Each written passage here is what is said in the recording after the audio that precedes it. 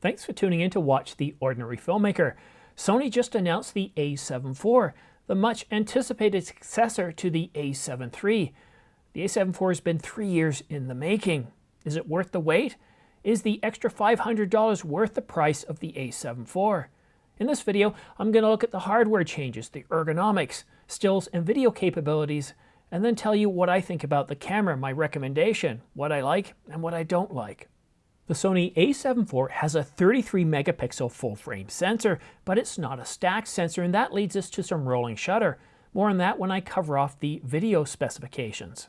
It does have a Bionz XR processor, it has IBIS, better ergonomics, and it really does feel better in the hands, better than the a7 III. It feels a little bit more like the Alpha 1 or the a7S III. Yesterday we got some excitement when Tony Northrup accidentally published a video review of the a7 IV, and it covered off a lot of stills capabilities, but it didn't cover off video. So without further ado, let's cover off the improvements in video. The Sony a7 IV has significant improvements in dynamic range, offering 15 plus stops.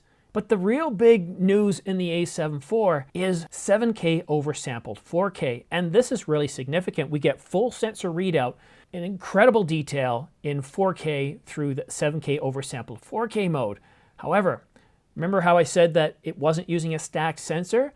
It does lead to some rather significant rolling shutter. Now, if you've got the a7 III and you don't mind the rolling shutter there, then this really isn't going to be a problem for you. But to get that extra dynamic range, that extra detail in 4K, well, you're going to love this new mode.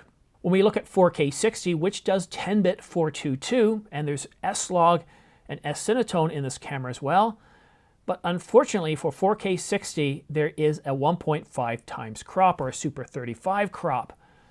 Now 4K 30 also has that 1.5 times crop, and actually the rolling shutter in 4K 30 is just a little bit worse.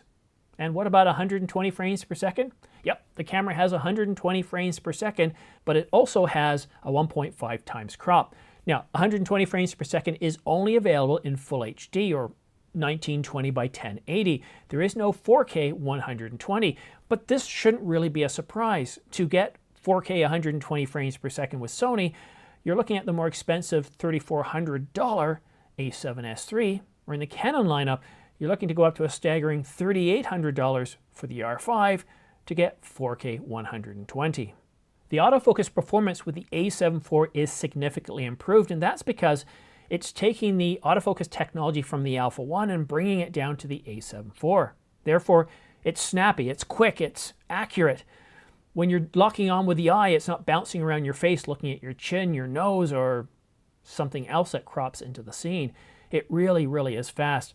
The Sony a7 IV's autofocus system is much improved, and they've also done an improvement with autofocus pulling. So there's a feature called Autofocus Assist, and that's using the LCD. You can't use the EVF, but when you tap on the subject, it pulls the focus ever so smoothly. Tap on another subject, and it adjusts the focus. This is reminiscent of how Canon does it. It's a very smooth autofocus performance, much smoother than the a7 III, so a huge improvement there. The camera also has something called breathing assist. With some lenses like the 50mm f1.2, focus breathing is rather significant. And focus breathing is, well, it looks like the video is breathing. So as you focus from something far away to something close up, it appears that the camera is actually zooming in. The camera does crop in a little bit, but what this does is eliminate that focus breathing, which can be distracting for some. The camera also offers 10 different looks and 8 presets. This is reminiscent of the film simulation modes offered by Fuji cameras. The Sony a7 IV offers many improvements, upgrades over the a7 III and even some of its competitors. First is that obvious 33 megapixel sensor. Larger sensor means more information, allowing you to crop in, which is helpful for doing portraits or wildlife. But the one thing that surprised me is that it has 10 frames per second mechanical and 10 frames per second electronic. In this price point, I was expecting at least 15 frames per second electronic, and maybe even going up to 20 frames per second, which is what the Canon R6 does. Although it has a smaller sensor, a 20 megapixel sensor, it does shoot up to 20 frames per second. The buffer's also significantly improved. You can now shoot up to 800 images before the buffer fills up. However, if you want to shoot in lossless, that does drop down. Your frame rate is now 5 frames per second, but you can still get off about 500 frames before the buffer fills up. But the really big news here is the improvements in the autofocus system. Taking that autofocus system from the Alpha 1 and bringing it to the A7 IV provides us with a much faster autofocus system, a system that's much more accurate and that can keep up with 10 frames per second. Now, in terms of low light performance, autofocus is accurate down to -4 EV. Now, maybe I'm repeating myself a little bit here, but the one feature that I think really makes a huge difference to the A7 IV is the Sony Alpha 1 autofocus system that's been brought to this camera. The speed improvements, the accuracy, 10 frames per second, you're going to have a much accurate hit rate than you would with the A7 III. So while you're dealing with 10 frames per second, it's more or less equivalent to shooting at 12 frames per second on the A7 III if you could. That extra hit rate just is much improved. But the Sony A7 IV is just really incredible. The improvements don't just stop with the speed and the performance. You have eye tracking, accurate eye tracking of humans, of birds, and other animals, making this just an incredible camera. Oh, and one other thing that really makes a huge difference whether you're shooting in video or stills, when you power off the camera or remove the lens, there's now an option in camera where it can automatically close the shutter. So less chance of getting dust, and I think that's a really, really huge benefit. So the obvious thing here is that no camera is perfect, and we only have a certain amount of dollars that we're willing to spend at each level in the product line. The Sony A7 IV is a very, very good camera. It's highly capable with video and stills, but there are some issues, some things that bother me. Now, the first thing is the price. I really do wish that Sony had only raised the price about $300 over the A7 III. But I get it. I understand it. We have an awful lot of challenges this year, and that's probably partly why it cost $24.98 as opposed to $22.99. Now, I know what some of you are thinking. Yes, but with all these features, it's good value. I hear you. But every time we justify a camera company raising prices, they hear that and they think, the tolerance is there. Let's raise it a little higher. How about we just complain a little bit more and maybe next time they won't raise the price as much? I know, wishful thinking, right? We get a 1.5 times crop, and that's also another thing that irritates me a little bit. I really love the 7K oversampled 4K. I love that level of detail. I love the low light performance that this camera offers.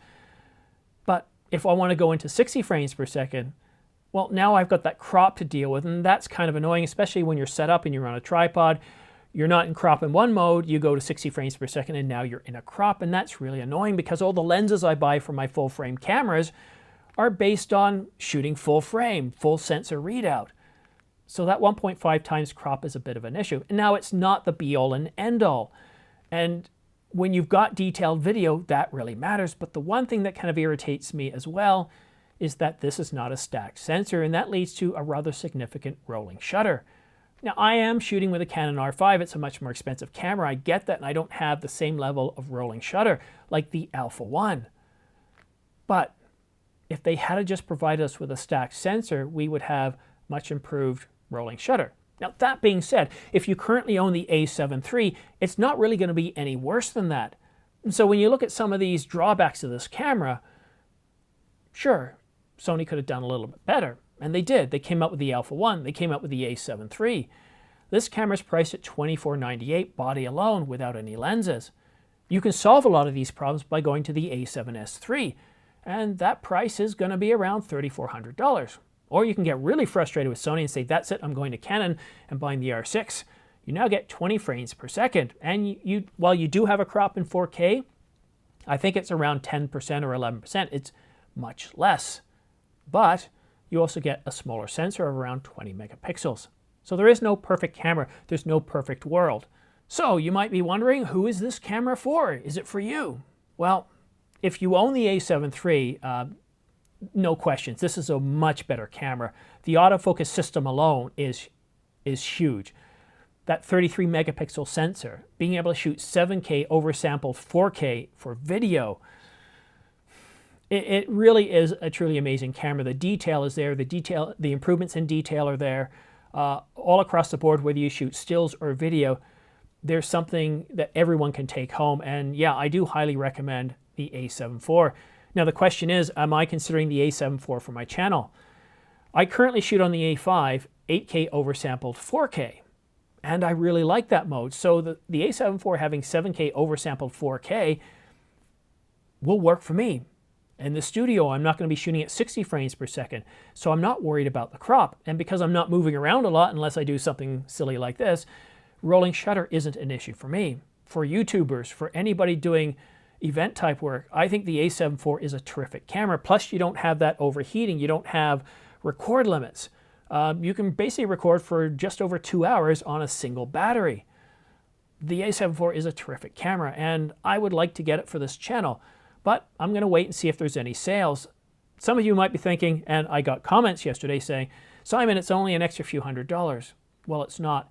It's an extra $500 over the A7 III, and you're dealing with US dollars. Live in Australia, Brazil, Canada, or the UK, and we pay a significant amount per capita more than you would. Well, not per capita, based on cost of living allowance. So, for example, the A7 IV at $2,600 US is about $3,100 Canadian.